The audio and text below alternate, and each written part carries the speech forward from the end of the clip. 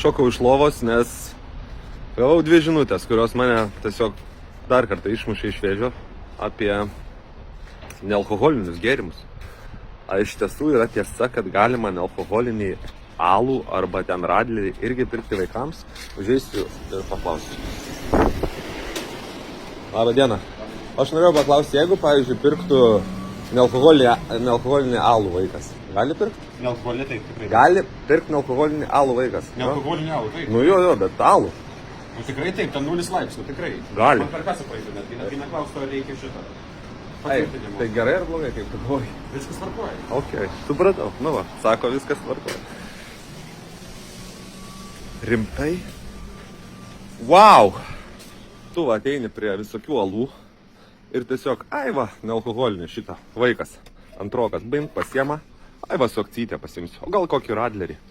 Ta prasme. Taigi čia viskas prie alų ir tas žodis yra alus. Alus.